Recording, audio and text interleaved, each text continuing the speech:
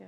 Something else? Yeah, so I think that the difference that I'm trying to figure out right there is, like, there's like the to-do list, there's these things that we've got to get done, and there's like a action piece to it, and then there is just what you just said, just letting go of that. Because I know exactly what it feels like when I'm in that flow, when the people come to us, when it's working out perfectly. But somehow I have been, I guess maybe because it's a transition, it's new, and I feel like I got to stick to my to-do list. I got to get my stuff done. Don't give yourself any excuses, because of course it's all those things, but it's something deeper than that. The thing that it is that is deeper, you hit on in your first words to us. I didn't take the time to make sure I was there before I received inspiration. Let's put it in a different way. We've never said this before. I got my inspiration from someplace other than my alignment. I was inspired, motivated is a better word for it, but I got my inspiration from need, or I got my inspiration from the people who we merged with, or I got my inspiration from, I'm looking for love in all the wrong places. I'm looking for inspiration in all the wrong places. I'm letting the wrong things, when it's off from that core beginning, it's going to stay off for a while until you feel like this, and then you're asking a bigger question. That resonates completely with you, doesn't it? It's sort of like, this is going to sound like a scanty analogy, but it really says it like it is. It's like buying a wonderful contraption that has the ability to do a lot of things for you, and it's got a battery in it, but you're too busy to put the battery in it.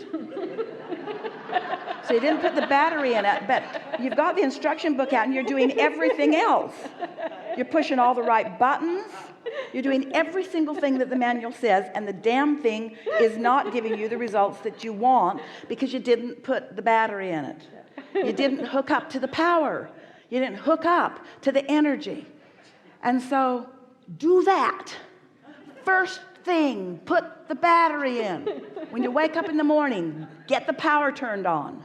Get the power turned on.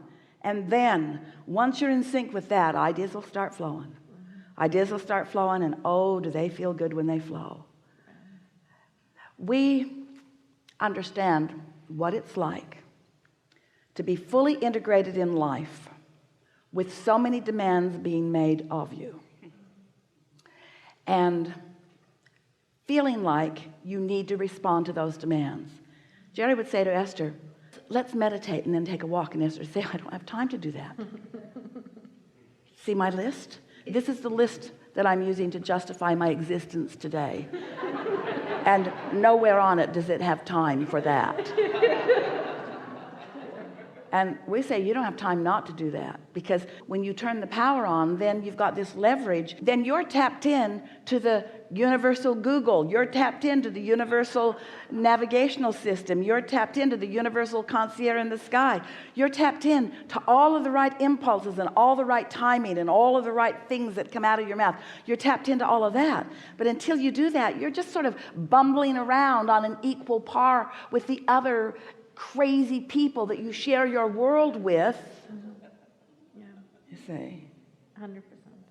your contraptions are feeding you constant information from others.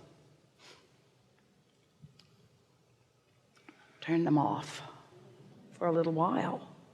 Turn them off for a little while and get in alignment. You don't allow yourself what feels to you like the luxury of tuning in to your receptive mode, and yet everything that you want will come from that, and nothing that you want will come without it.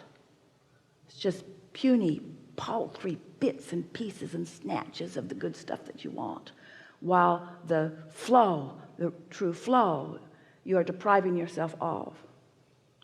Don't you think it is interesting that as you compiled your things that you wanted to talk about, that the very first thing that you were inspired to say is the only thing that we're saying back to you? In other words, you've got it. You've got it. You know it. We have just spent this time wanting to put it into perspective for you so that you will benefit from this easy decision of alignment first and whatever you are inspired to later. You see, you put all of the pieces into your vortex, and your inner being knows every one of them, how they fit together, and how all of that fits together with everyone else. In other words, your inner being knows where you stand in relationship to everything that you want and what the path of least resistance is to get you to it. And so the more you have listened to us and the more that you have lived life, the more when you are not up to speed, in other words, even as we have these conversations and you are listening in, more is going into the vortex. Don't you feel just from this conversation a whole lot of resolve happening within you? Didn't you feel yourself putting more into the vortex? Aren't you more clear about who you are and what you want? And don't you feel more of a determination to hook up with this energy that creates worlds and experience the leverage of that power? And don't you remember those times when you've been in that flow and how things felt to you? And what we want to emphasize is that's the way life is supposed to feel for you. And because it has felt that way for you from time to time, frequently in many cases, it's felt that way to you, and now you have that conscious realization of it. In other words, this is your knowledge. Then when you defy your own knowledge, it feels extra off. And that's exactly where you are. And that's where Esther was this week too. She was so mad that she was mad. She was so mad that she was mad. And she was so mad that it became so clear to her that she'd made a decision, not from here, but from here. So mad at herself when we say that's not step 5. Step 5 is being back in step 1 and not being mad at yourself for being back in step 1. Step 5 is understanding that this mastery is something that you're accomplishing all of the time, and that there's no right or wrong to it. There's just more alignment and less alignment and more alignment and less alignment. And it's sort of like when you get used to things feeling really good, you want to throw a little fit when they don't feel good. And we don't want you to adapt to not feeling good. We think the fit is better. Did we get there for you? All the way. This is a really good time for a segment of reflection.